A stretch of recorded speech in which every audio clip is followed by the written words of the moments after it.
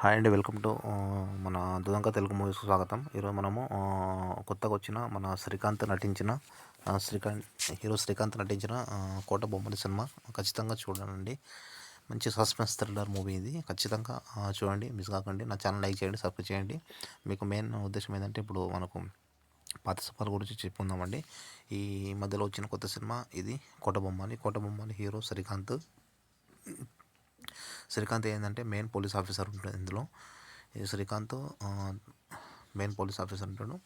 అతను పాటు మన హీరో రాజశేఖర్, మన సీనియర్ హీరో రాజశేఖర్ బిడ్డ, ఇంకొక అతను ఈ బ్యాక్ సైడ్ కూర్చున్న అతను, ముగ్గురు కానిస్టేబుల్ ఉంటారండి. హీరో కూడా కానిస్టేబుల్.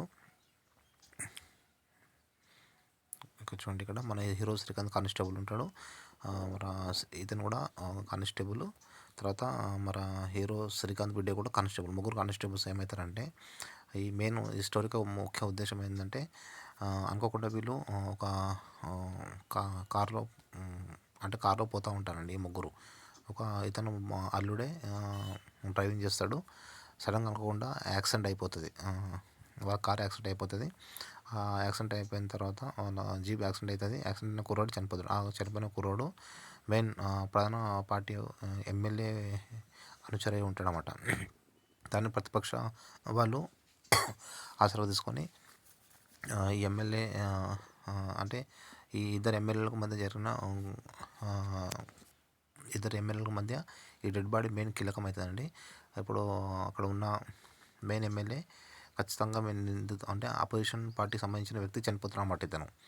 ఇతని ఎమ్మెల్యే చంపించాడని అపోజిషన్ పార్టీ వ్యక్తి కంప్లైంట్ ఇవ్వడం జరుగుతుంది.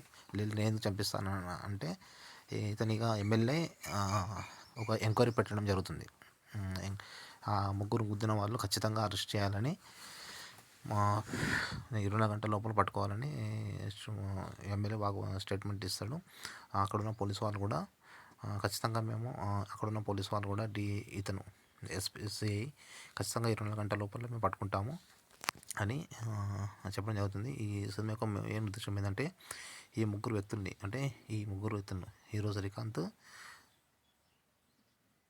మరియు రాజశేఖర్ బిడ్డ, ఇంకితను, ఈ ముగ్గురు వ్యక్తులు యాక్సిడెంట్ చేసి చేయరు. అతను హీరో యొక్క బావమరిది చేస్తాడు.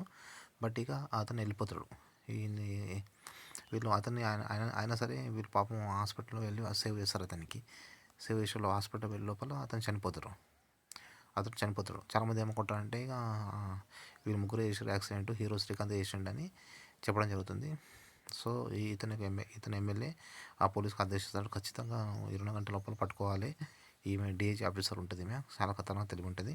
సో ఆ ముగ్గురిని పట్టుకునే విధానం లోపల పట్టుకునే విధానం అనేది చాలా హైలైట్ చూపించాడండి సినిమా లోపల. దాన్ని ఏ విధంగా తప్పించుకోవాలి, మేము దొరికితే ఖచ్చితంగా శిక్ష పడుతుంది, ఆ పోలీసు వాళ్ళకు మేము దొరకొద్దు అనేది హీరో ప్లాన్ వేయడం అనేది ఎక్స్ట్రాడినరీ అండి సినిమాకు. ఈ ముగ్గురు దొరకొద్దు, ఎవరికి మన పోలీస్ ఆఫీసర్లకు దొరకొద్దు. ఈమె చాలా టాలెంట్ ఉంటుంది. హీరో కంటే బాగా ఏక్ నంబర్ బెట్ట దసమర్ అన్నట్టు హీరో టాలెంట్ అంటే హీరో కంటే ఎక్కువ టాలెంట్ ఉంటుంది ఈమె. మొత్తానికైతే సినిమా లోపల ఈమె ఫస్ట్ మెయిన్ కీ పాయింట్ ఏంటంటే, ఇందులో ఈ హీరోయిన్ ఈ రాజశేఖర్ కూతురు వాళ్ళ అమ్మకు ఫోన్ చేస్తుంది అన్నమాట. ఖచ్చితంగా ఫోన్ చేస్తుందని ఇట్లా ఫోన్ తలిగే సందర్భం లోపల లేదు, శ్రీకాంత్ ఏమంటాడు, లేదు నువ్వు ఈ ఫోన్ మీ అమ్మకు ఫోన్ చేయకు, మీ పక్కింటిలో ఫోన్ చేసి మీ అమ్మకి ఇమ్మని చెప్పని ఈ శ్రీకాంత్ అంటాడన్నమాట ఈమెకు. ఇంతలోపల ఈ పోలీస్ ఆఫీసరు వాళ్ళ పక్కింటి వాళ్ళతో కూడా ఇదేమో కానిస్టేబుల్ పెడుతుంది. సో హీరో ఒక విధంగా ఆలోచిస్తే ఈ పోలీస్ ఆఫీసర్ కూడా ఒక విధంగా ఆలోచించింది. ఖచ్చితంగా పక్కింటి వాళ్ళకి ఫోన్ చేస్తాడు ఇతను అనగానే. సో అక్కడ లాస్ట్ కాల్ ట్రెజరీ ఐడెంటిఫై అయ్యేటప్పుడు ఒక సెకండ్ లోపల కట్ చేస్తాడనమాట. సో ఇంత తెలివి ఉంటుంది అన్నమాట. సో లాస్ట్కు మొత్తానికైతే ఒక ఆధారం ద్వారా ఈమె కనిపెడుతుంది హీరోకు. ఒక పల్లెటూరు ఉన్నారని వీళ్ళు సివిల్ డ్రెస్లో వెళ్ళి కూర్చుంటారు. అని పట్టుకుందాం ఖచ్చితంగా ఈ శ్రీకాంత్ని. 24 గంటల టైం అన్నమాట. 24 గంటల లోపల ఇక మొత్తం 23 గంటలు అయిపోతే లాస్ట్ మూమెంట్లో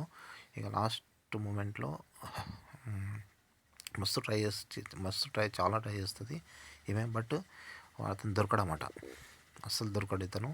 ఒక 3-4 ట్రిక్స్ ఇస్తాడు. ఆయన దొరకడు. లాస్ట్ మూమెంట్‌లో మొత్తానికైతే ఇతను ఎక్కడైతే దాచుకుంటారో అక్కడ పోలీసు వాళ్ళు వచ్చేస్తారనమాట. ఇక అంత తప్పని పరిస్థితుల్లో హీరో ఏం చేస్తాడు, సూసైడ్ చేసుకుంటాడనమాట. ఊరేసుకుంటాడు హీరో.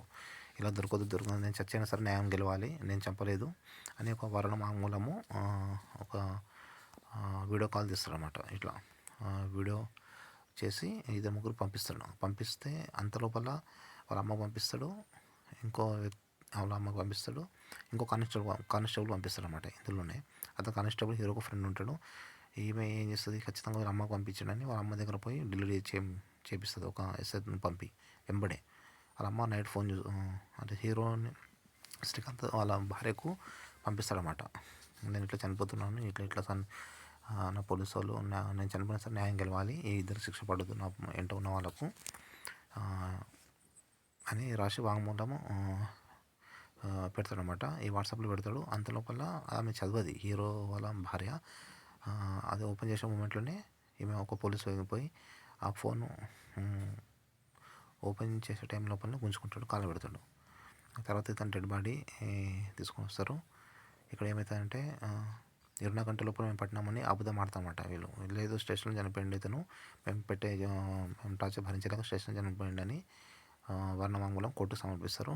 కాకపోతే ఇక్కడ ఉన్న కానిస్టేబుల్ మళ్ళీ ఈ కరెక్ట్ కోర్టు జడ్జిమెంట్ మూమెంట్లోనే కోర్టు హియరింగ్ మూమెంట్లోనే ఒక పోలీస్ వచ్చి ఆ వీడియో అనేది జడ్జికి ఇవ్వడం జరుగుతుంది. జడ్జికి ఇచ్చే టైం లోపల ఏంది నువ్వేమో లాకప్ డెత్ అంటావు, ఈమెకు జర వార్నింగ్ ఇస్తారనమాట జడ్జి.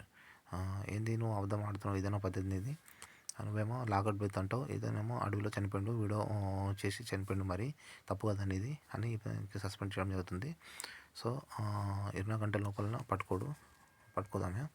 సో ఇట్లా ఇంకోటి ఇక్కడ తండ్రి కూతురు మధ్య కొద్ది సెంటిమెంట్ కూడా బాగుందండి సినిమా లోపల. హీరో పాపం చనిపోయే మూమెంట్, హీరో వచ్చే విధానము, అతని యాక్షన్, ఈ హీరో పోలీస్ ఆఫీసర్కు తప్పించుకోకుండా చాలా ట్రై చేస్తాడు. ఒక 4 కండిషన్స్ చాలా సూపర్ ఉంటాయండి. ఒక ఫోన్ ఎంత ట్రాక్ చేసినా వీళ్ళ ముగ్గురు అనేవాళ్ళు ఈమెకు అసలు దొరకరు. ఈ సినిమాలో ఉన్న కీ పాయింట్ అనేది అదే అండి. ఖచ్చితంగా చూడండి, సినిమా చాలా బాగుంటుంది. అది లింక్ ఇచ్చాను కదండి, ఆ లింక్లో చూడండి, ఎంజాయ్ చేయండి. ఓకేనా? Thank you very much. ఖచ్చితంగా ఛానల్ లైక్ చేయండి, సబ్స్క్రైబ్ చేయండి. Thank you very much.